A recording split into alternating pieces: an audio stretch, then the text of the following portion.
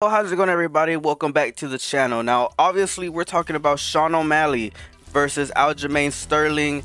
The next big fight in the UFC is a championship fight, and I came up with a couple points on both fighters on their paths to victory. And at the end of this video, I'm going to be telling you guys who I think is going to win this championship fight.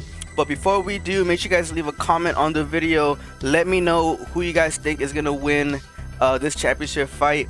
And if you haven't already, make sure you guys leave a like, subscribe, and let's go ahead and get down with the breakdown. Alright, first and foremost, let's talk about the challenger, Sean O'Malley. So Sean O'Malley has striking range and accuracy. He's demonstrated excellent striking accuracy and range control throughout his career. He could use this to keep Sterling at a distance, landing precise strikes while avoiding getting too close, where Sterling could initiate grappling and exchanges, where obviously Sean O'Malley is going to be lacking in. Going into the fight, Sean O'Malley needs to avoid the ground as much as possible. Not saying that O'Malley has terrible ground game, but obviously the best chances of him winning a round, which will lead up to winning the fight, is if he just stays away from the ground altogether, where Sterling obviously has a big advantage. If O'Malley can effectively defend takedowns and keep the fight standing, he can utilize his striking skills, which is his best skill set, without being susceptible to Sterling's grappling and submission attempts. What we saw when Sean O'Malley fought Peter Yan is that he has decent defensive wrestling and he has good takedown defense. Hopefully in his camp, which I'm pretty sure he did, O'Malley improved on his takedown defense, and obviously this is where he wants to be in the fights, you know, standing up. If he can stuff Sterling's takedowns and stay off the feet, obviously he's in a better position because his base is striking. You know, that could be a comfort zone for him against Aljamain Sterling in the fight. Now let's talk about Sean O'Malley striking, right? So Sean O'Malley, he's an orthodox striker, right? He moves between the southpaw and the conventional base pretty well. He does it pretty seamlessly, right? He has pretty good footwork, switching between both bases. He attacks from both angles pretty well.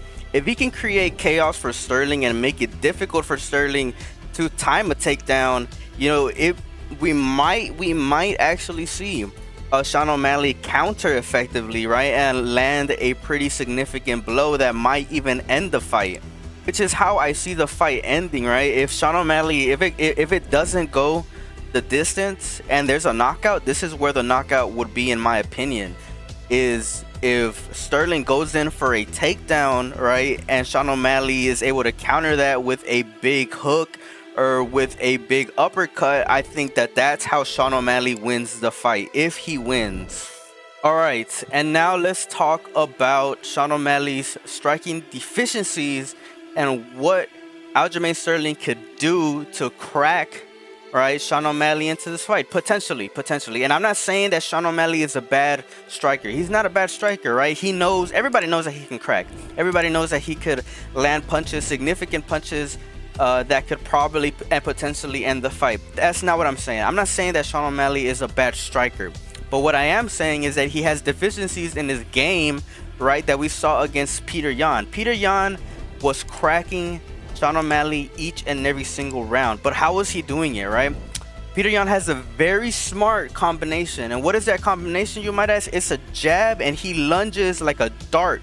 Right, he lunges a dart cross, right? And whenever you do that, you start in a conventional position, you throw the cross, right, and you lunge your back foot forward, and now you're in the southpaw position. And he was able to do that time after time after time after time, each and every single round. So what does that tell you about Sean O'Malley's positioning, right? Because whenever you're in the striking game, right, it's all about position. So what does that tell you about Sean O'Malley's position? Sean O'Malley, whenever he's looking to counter strike, whenever he's thinking, oh, I'm gonna counter strike, right, he wants to stay just outside the range, right? And he does not disengage He does not disengage positions, right? You see a lot of fighters disengage positions when Sean O'Malley is in his counter-punching base, right? Like I mentioned moments ago, he does not disengage fights. But why? Why doesn't he do that? Because Sean O'Malley is always used to being the taller and longer fighter. So mentally speaking, if Aljamain Sterling could almost come up with the plan, right, to be a person who's used to always being the taller and longer fighter, well, how do you do that? How do you do that? With smart footwork and smart combinations. And again, just to reiterate, I'm not saying that Sean O'Malley is a bad striker. I'm not saying that he has terrible defense. He has questionable decision making whenever he is in his striking defensive base. That's all I'm saying. Let me know what you guys think down in the comment section below about that. Now let's go ahead and talk about Aljamain Sterling and his path to victory on how he could beat Sean O'Malley. So what Sterling could do is Sterling has to be versatile in his game plan.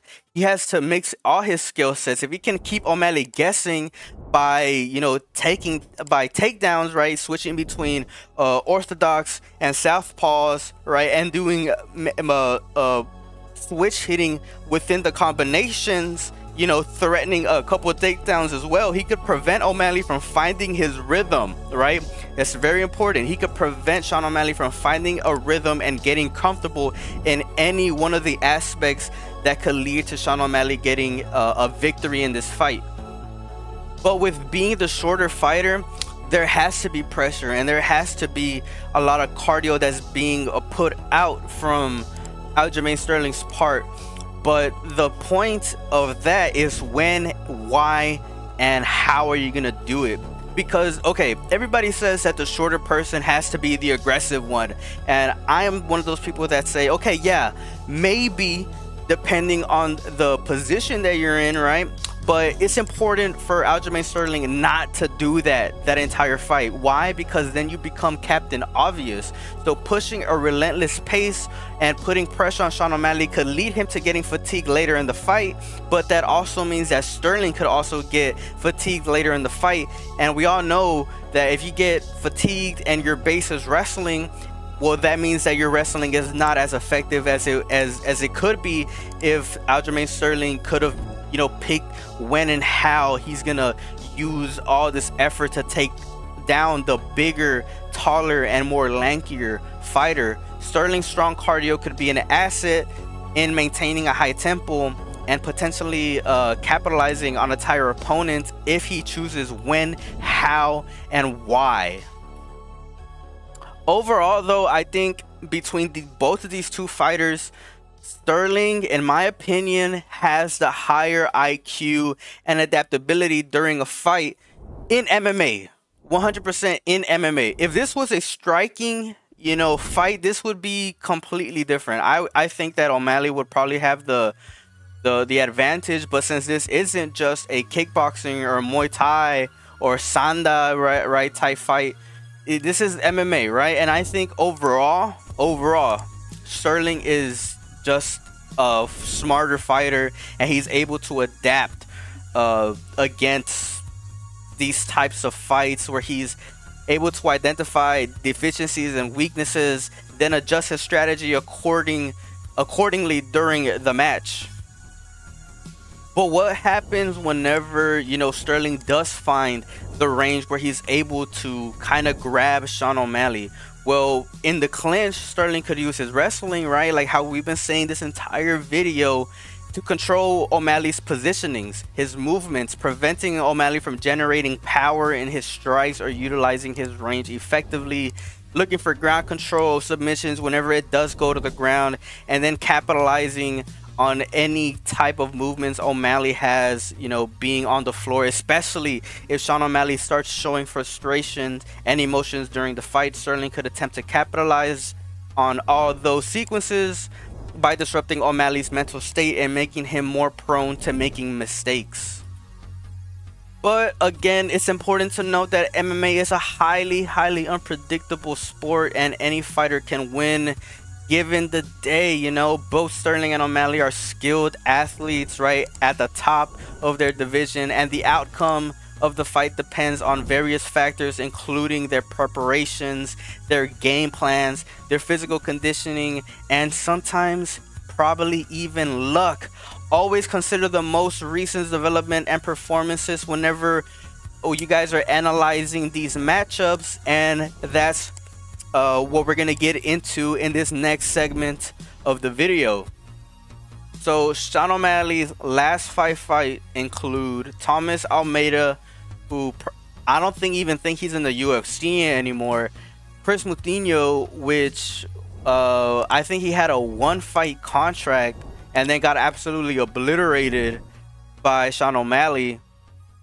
Raulian Paiva, and that's the dude that was in the Contender Series, and he's beat Pedro Munoz, which was a accidental eye poke, no contest, and he beat Peter Yan, which, you know, he's beat, you know, professionals, but let's just keep it facts. 2 people out of his last 5 fights is one dude who had a 1-fight contract, it was like a pretty much last second fight, and Thomas Almeida, who isn't even in the UFC anymore. So Sean O'Malley has been tried and true, you know, against Pedro Munoz. He had a decent showing against Raulian Paiva, which he TKO'd, and he had a very questionable decision win against Peter Yan. Okay, and if we look at Aljamain Sterling's last 5 fights, in my opinion, it's a little bit more impressive. He has a win over Pedro Munoz, right? He has a unanimous victory over Pedro Munoz. He's beat Corey Sandhagen, and for those of you guys that don't know, Corey Sandhagen has absolutely been killing it the last couple fights.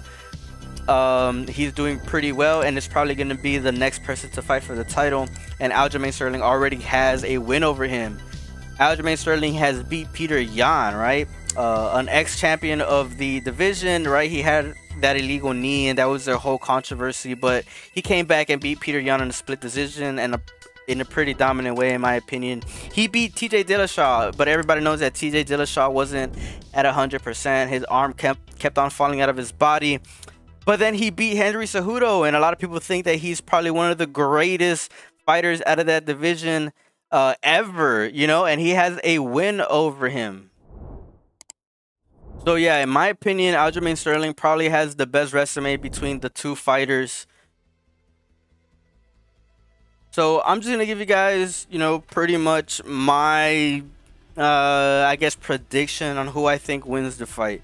If I had to put money, you know, between these 2 fighters, I'm gonna give my bet to Aljamain Sterling. I think he beats Sean O'Malley for the reasons that I've said before. I think that Aljamain Sterling is a smarter fighter. I think he's able to adjust better to, you know, the variables that are going on in a fight.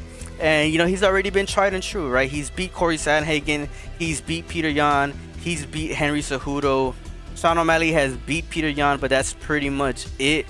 Do I think Sean O'Malley beats, you know, someone like Corey Sandhagen? I don't know. I don't think so. I would even probably put money on Corey Sandhagen to beat Sean O'Malley. I think he's probably even the better striker. Do I think Sean O'Malley beats Henry Cejudo? Probably not. I think Henry Cejudo is a better competitor, a better fighter, a smarter fighter, and probably adjusts better in every way, because this is a MMA match. If this was just a striking competition, he probably beats Henry Cejudo, I'm not gonna lie. But look, guys, anything can happen. This is a professional sport between 2 professionals that put time and effort behind these fights. But I'm pretty excited to see what goes down on the weekend. You know what I'm saying? So let me know what you guys think down in the comment sections below. Let me know what you guys' predictions. You guys think that I'm wrong? You know, tell me why I'm wrong down in the comment sections below. If you guys enjoy what we do, make sure you guys leave a like, subscribe, and as always, man, I'll see you guys in the next video. Peace out.